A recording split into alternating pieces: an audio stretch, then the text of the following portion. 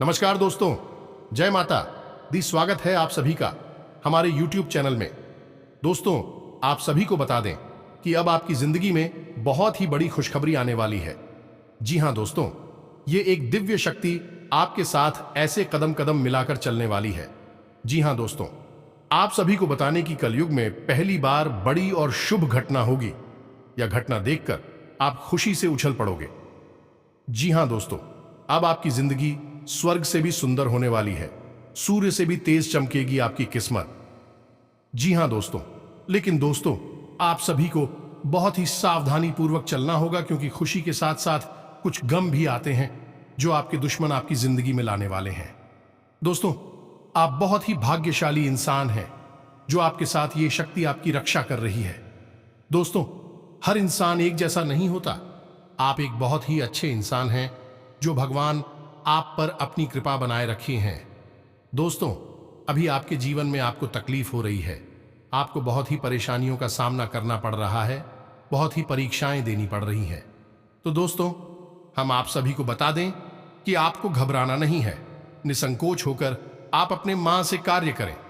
देखिएगा दोस्तों, आपका कोई भी कार्य असफल नहीं होगा। अब जिस भी काम पर हाथ लगाएंगे वह काम आपका जरूर सफल होगा। स्वयं भगवान ने आपको अपना आशीर्वाद दे दिया है। जी हां दोस्तों, अब आपके घर कुछ ऐसी घटनाएं होने वाली हैं जिन्हें दोस्तों आप कह सकते हैं कि शुभ घटनाएं होने वाली हैं, और यह घटना आपकी जिंदगी 100% बदल कर रख देगी। दोस्तों, आज के इस वीडियो में जिस विषय पर हम आपको ध्यान देने जा रहे हैं वह आपके जीवन के लिए बेहद ही उपयोगी विषय है, क्योंकि आज हम आपको बताएंगे 5 ऐसे बड़े संकेतक जिनको जानने के बाद आपको यह पता चल जाएगा कि भगवान आपकी भक्ति से प्रसन्न है या फिर आपकी भगवान ने हर 1 करोड़ पुकार को सुन लिया है। हर एक इंसान इस संसार में किसी न किसी रूप में भगवान की पूजा तो करता ही है, और उसके मन में कहीं न कहीं यह एक बात अवश्य ही लगी रहती है कि क्या उसकी पूजा भगवान स्वीकार कर रही है, क्या उसके द्वारा की गई भक्ति भगवान को प्रसन्न कर पानी में सख्त। कहीं ऐसा तो नहीं कि भगवान उसकी भक्ति से प्रसन्न ही नहीं हो रहे हैं। उसकी हर एक पूजा पाठ और मेहनत व्यर्थ चली जा रही है। और इससे भी बड़ी बात दोस्तों, क्योंकि कहीं भक्ति में किसी प्रकार की कोई कमी तो नहीं रह गई है। यदि रह गई है तो उसे कैसे पूरा किया जाएगा, यह दोस्तों आप लोगों के मन में घूमते रहते हैं। तो आज हम आपके इन्हीं सब प्रश्नों के जवाब देने जा रहे हैं। तो आज हम जो संगीत आपको बताएंगे, यह संकेत पूरी तरह से शास्त्रों से लिए गए हैं, वैदिक परंपरा पर आधारित है। प्राचीन काल में हमारे ऋषि मुनियों ने कई प्रकार की साधनाएं, खोजबीन, शोध और अध्ययन के बाद कई प्रकार की विशेष जानकारियां अलग अलग ग्रंथों में लिखकर हमारे सामने प्रस्तुत करती हैं। अब जरूरत है हम उन ग्रंथों को पढ़ें और जीवन उपयोगी जानकारी को बाहर निकालें। लेकिन दोस्त, हर एक इंसान के बस की बात यह नहीं है, क्योंकि यह एक बहुत कठिन कार्य है। पूरा इस कार्य में लग जाता है, तो ऐसे में हम आपकी मदद करने के लिए तैयार हैं। हम और हमारी पूरी टीम इस प्रकार की जानकारी को हर वक्त खोजते रहते हैं, निकालते रहते हैं, और आपके लिए हम वीडियो के रूप में इस प्रकार की जानकारी लाते रहते हैं।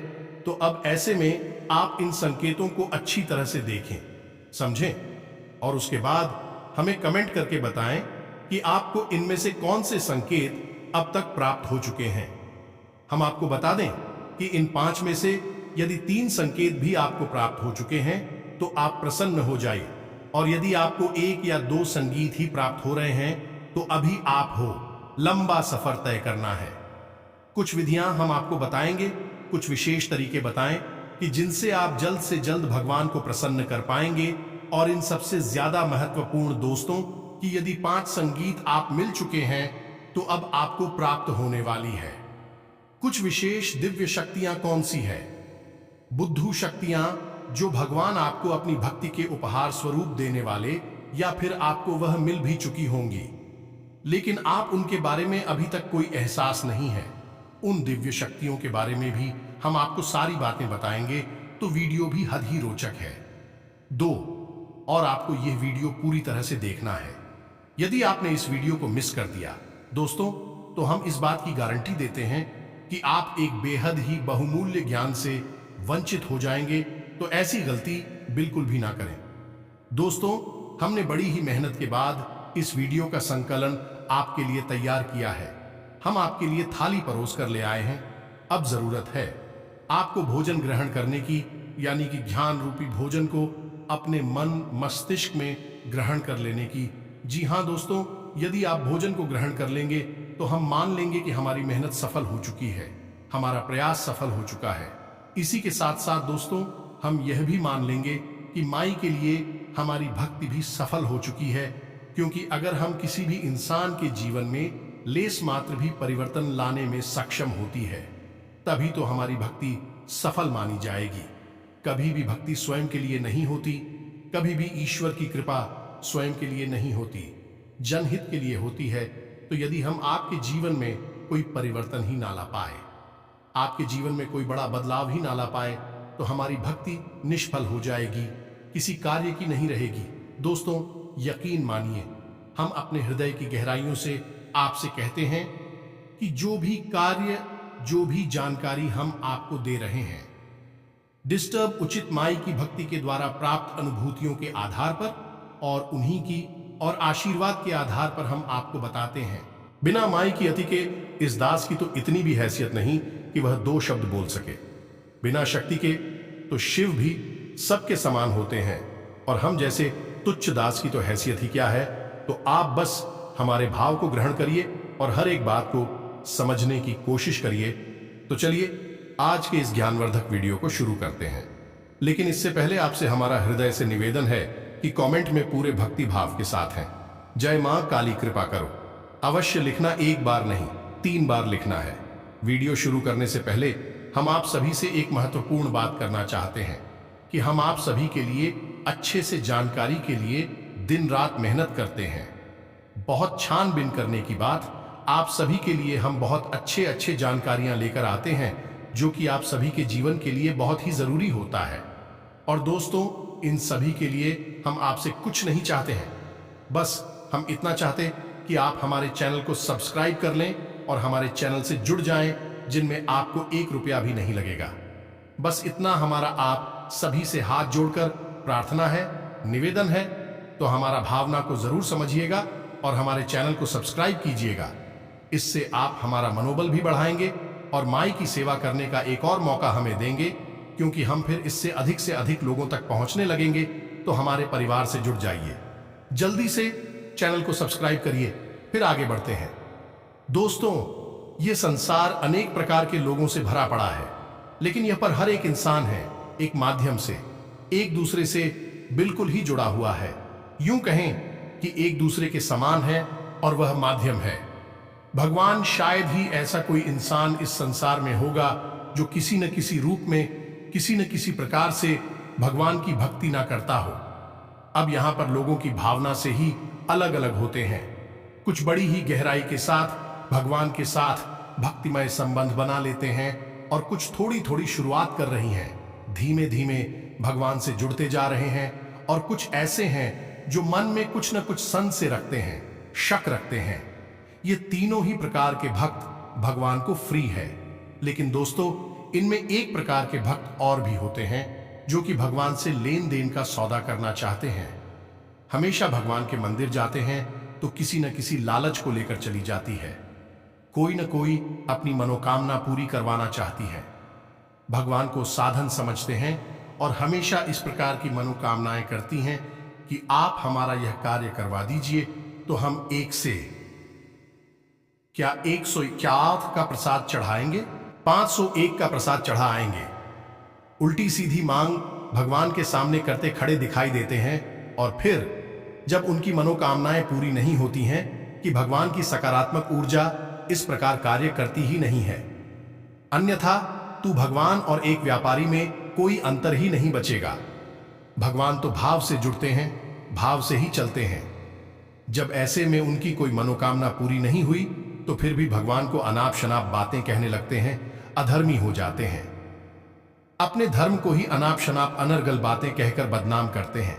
ऐसे लोगों को ही राक्षस कहा गया है। दोस्तों, ऐसे राक्षस समाज में जब तक देखने को अवश्य ही मिल जाते हैं, यदि आपके आसपास भी कोई ऐसा झूठ और राक्षस रहता है तो आप उसे अपनी दूरी बना लीजिए।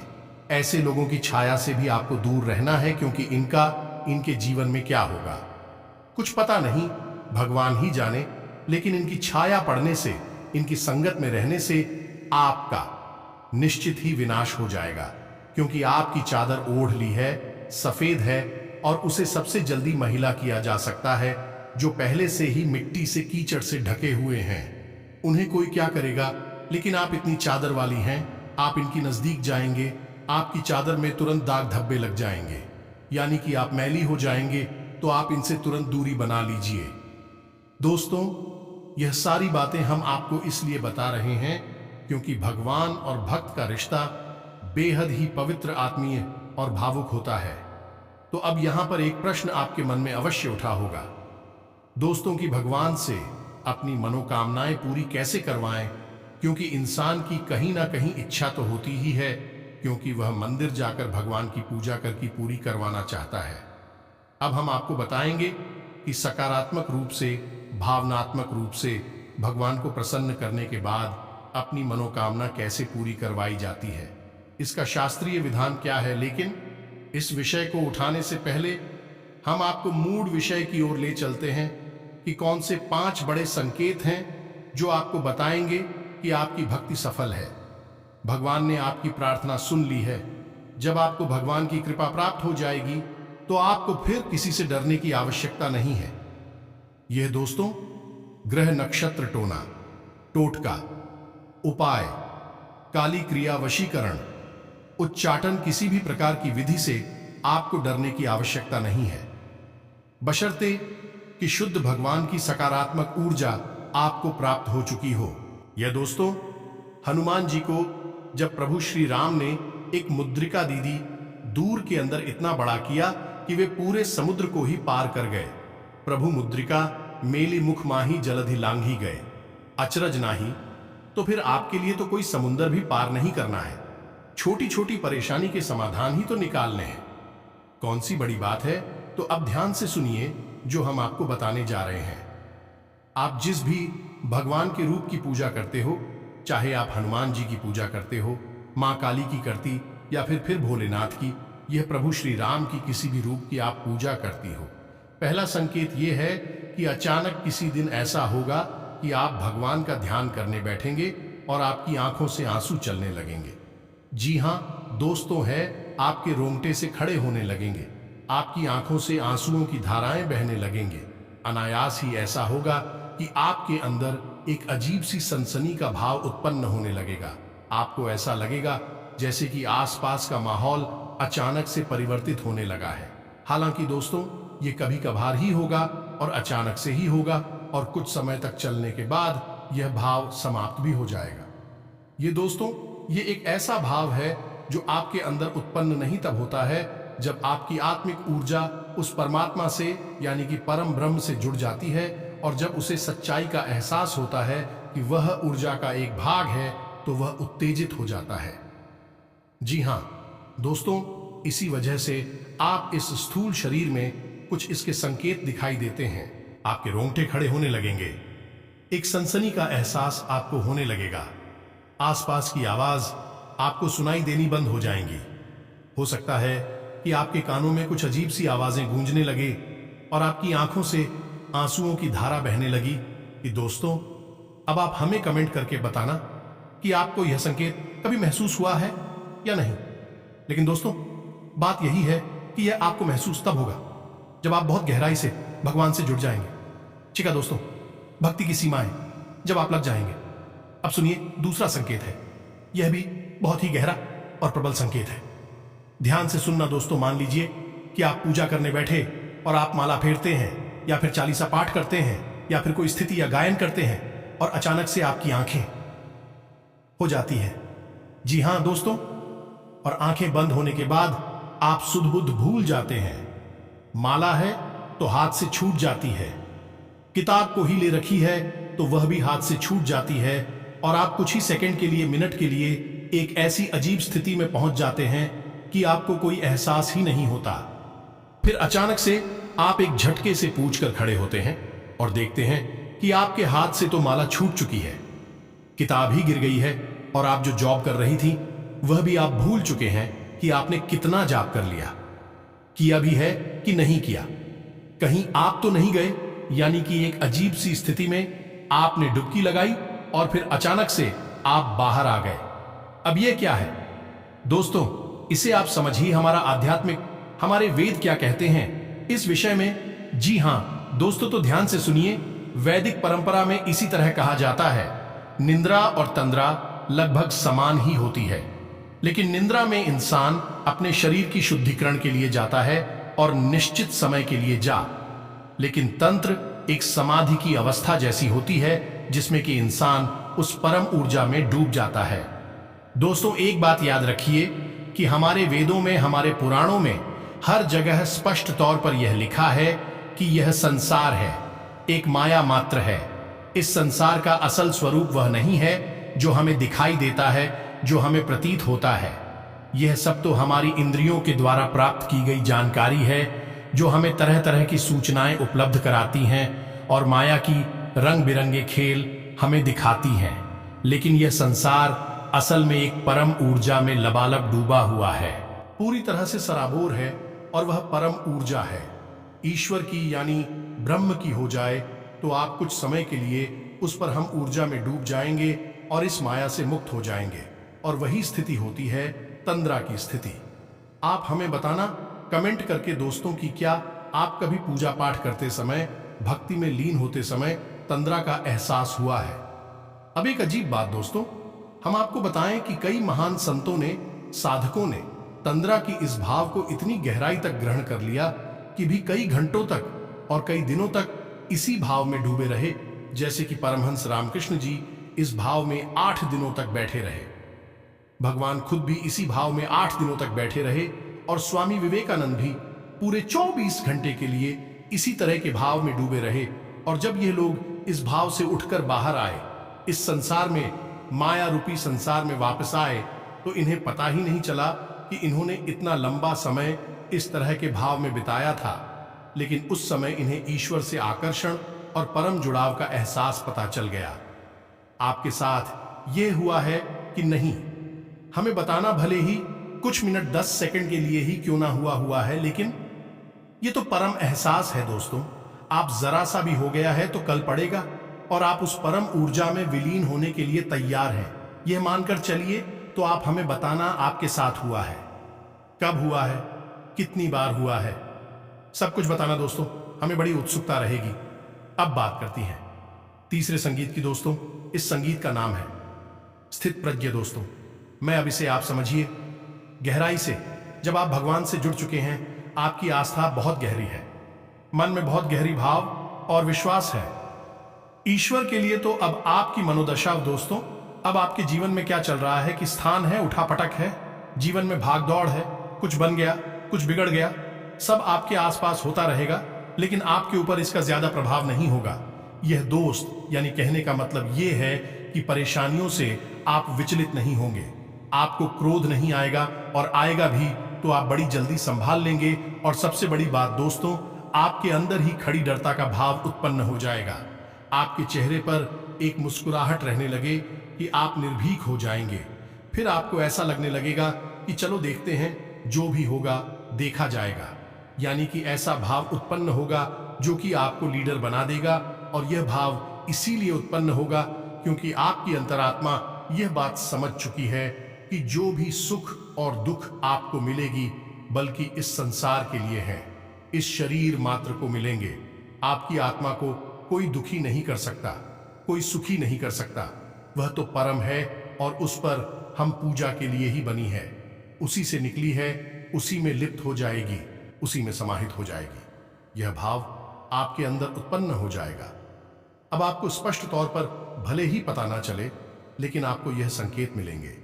ऐसा भाव रहेगा कि आप निडर हो जाएंगे, आप आए नहीं लगेगा, आपको किसी भी बात से डर नहीं लगेगा। चिंता, थकान, तनाव कुछ भी आपको परेशान नहीं कर पाएगा। यानी कि आप स्थित प्रज्ञ बन जाएंगे, यानी आप केवल देखेंगे जो आपके आसपास हो रहा है, आपके जीवन में हो रहा है, आपकी दृष्टा मात्र बन जाएंगे। फिर आपका उससे कोई लेना देना नहीं है।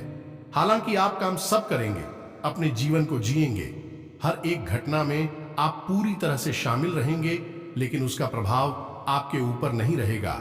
इसी स्थिति को कहते हैं स्थितप्रज्ञ हो जाना, या यूं कहें कि दृष्टा का भाव उत्पन्न हो जाना।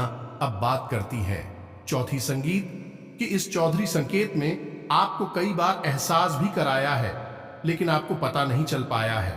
यह दोस्तों जैसे कि आपने कुछ सोचा, आपने सोचा कि इस इंसान से आज मिल लेते तो अच्छा होता, लेकिन वह इंसान आपसे मिल नहीं पा रहा है। लेकिन अचानक ही आप दिखते हैं तो वह इंसान आपके सामने आ जाता है। यानी कि कोई ऐसी बात जो आपके मन को परेशान कर रही है और आप चाहते हैं कि वह हो जाए, वह घटना घटित हो जाए, लेकिन फिलहाल में घटित होने वाली नहीं थी। अचानक ही क्या है कि वह घटना घटित हो जाती है और उसमें आपका लाभ है। या दोस्तों ऐसी स्थिति तब बनती है जब आप भगवान की ऊर्जा से जुड़ जाती हैं, भगवान आपसे प्रसन्न हो जाती हैं। अब ऐसे में यह होगा कि आप जो सोचेंगे भी, घटनाएं भी करने लगेंगे, जो आप चाहेंगे वह घटना आपके हित में कटने लगेगी। लेकिन दोस्तों यहां पर समस्या एक दोस्त और बड़ी समस्या यह है कि यदि आप नकारात्मक बातें सोचेंगे तो वह भी घट जाया करेंगे। ये दोस्तों जैसे कि आपने सोचा कि थोड़ा संभल कर चलते हैं, कहीं गिर ना जाए, तो आप देखेंगे कि अचानक गिरी रहे हैं। कई बार ऐसा होता है। हम आपको बताएं, हमारे जाने वाली एक मित्र हैं, उनके अंदर भी यह भाव उत्पन्न हो चुका था। तो उन्होंने एक बार एक अच्छी अंगूठी कहीं से प्राप्त, यानी किसी ने उनको दिया, उन्होंने बनवाई, ये हमको नहीं पता, लेकिन उन्होंने हमको बताया कि यह अंगूठी उन्हें मिली तो उन्होंने उसे पहन लिया। फिर उनके मन में अचानक यह ख्याल आया कि कहीं ऐसा ना हो कि इसमें लगा हुआ रत्न गिर जाए। या दोस्तों और यही हुआ कुछ दिनों के बाद ऐसा हुआ कि उनकी अंगूठी से वह घटना अचानक गिर गया। कहीं ऐसा गिरा कि उन्हें फिर मिला ही नहीं। तो यह आपके साथ भी होगा। यदि हो रहा है तो आप हमें कमेंट करके बताना। यह स्थिति थोड़ी सी नकारात्मक भी है, आपके विपक्ष में भी कार्य कर सकती है, क्योंकि अब ऐसे में आपको बड़े ही संभल कर रहना होगा। हर एक बात को सकारात्मक तरीके से सोचना होगा। सकारात्मक बातें ही बोल रही होंगी, क्योंकि आपके द्वारा बोली गई बातें, सोची गई बात सच होने लगेगी। अब हर बार चाहे भले ही ऐसा ना हो, लेकिन 10 में से 5 बातें ऐसी होगी जो सत्य साबित हो जाएगी। ये दोस्तों तो यदि आपके साथ ऐसा हो रहा है तो आप हमें कमेंट करके बताना और थोड़ा संभल कर रहना। ऐसे ने बस आपको चाहिए कि आप ज्यादा से ज्यादा सकारात्मक रहे। हर बात को सकारात्मक तौर पर ही सोचे। अच्छी बातें सोचे, गलत बातें आप सोचे ही ना, मुंह से गलत बात निकाले ही ना। दोस्तों सबसे महत्वपूर्ण 5वां संकेत, जो कि सबसे महत्वपूर्ण है, और आपके जीवन में यह घटना घटी है कि नहीं घटी है, आप हमें बताना। हमें भी इस बात को जानने की बहुत अधिक उत्सुकता है। तो अब ध्यान से सुनिए। 5वां संकेत यह है कि मान लीजिए कि आप अपने जीवन में किसी विशेष विषम परिस्थिति में फंस गए। कोई ऐसी स्थिति जहां कि आप कोई रास्ता नहीं दिखाई दे रहा है और आप पूरी तरह से फंस चुके हैं। कोई परेशानी है, कोई दिक्कत है, कोई बात है ऐसी जो आपको लगातार परेशान कर रही है। तो आप भगवान से विनती करते हैं कि हे भगवान, हमें इस परेशानी से बाहर निकालिए। कुछ भी करके, कैसे भी करके हमें इससे बाहर निकालिए। फिर कुछ अजीब सा होगा आपके जीवन में, यानी कि जो इंसान आपको समस्याएं दे रहा था, वित्त कर रहा था, उस इंसान का आपके ऊपर से ध्यान हट जाएगा। वह अपनी ही जिंदगी में व्यस्त हो जाएगा। आपको परेशान करना तो दूर, आपके बारे में सोचना भी भूल जाएगा। या फिर ऐसा होगा दोस्तों कि कोई एक इंसान, अनजान इंसान, जिसको आप जानती पहचानती भी नहीं है, वह इंसान आपकी मदद करने के लिए तैयार हो जाएगा और आपको आपकी समस्या से पूरी तरह से बाहर निकालकर ही दम लेगा। हमारे जीवन की खुद की ऐसी भी कई उदाहरण हैं कि हम जीवन में कहीं पर बुरी तरह से फंस गए तो कभी कभी ऐसे इंसानों ने मदद की, और थोड़ी बहुत नहीं दोस्तों, बहुत अधिक मदद की थी, जिनको हम जानते तक नहीं थे, पहले जीवन में कभी मिले तक नहीं थे। उन्हें आप भगवान का भेजा हुआ दूत कह सकते हैं, मददगार कह सकते हैं, और इस बात की तो केवल माँ ही है और कोई नहीं, बस उसे ही पालनहार है, रक्षण करती हैं।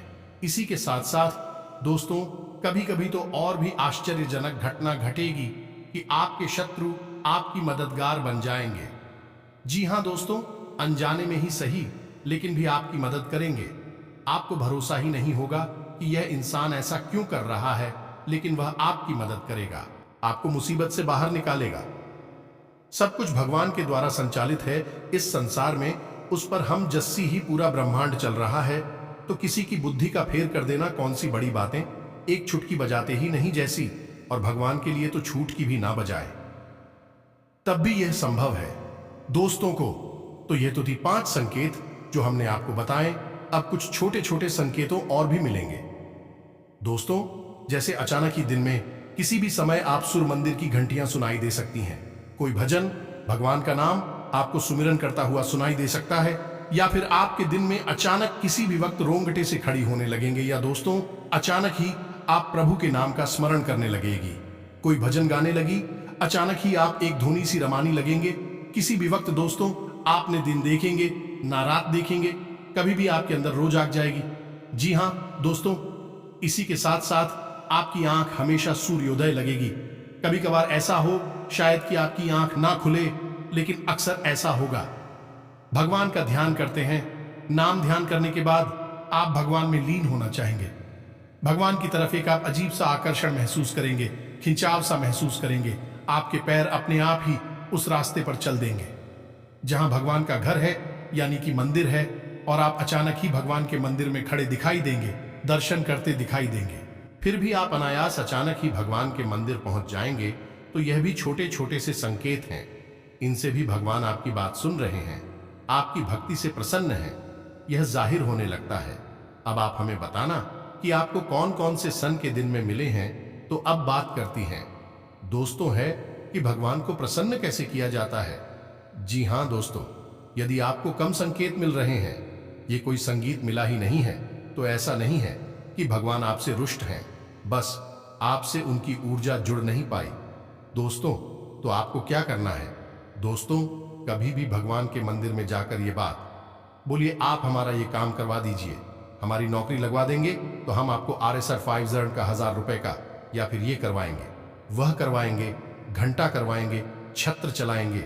ये सब मत बोलिए दोस्तों, ये सब भूलकर आप अपना ही मान मर्दन कर रहे हैं।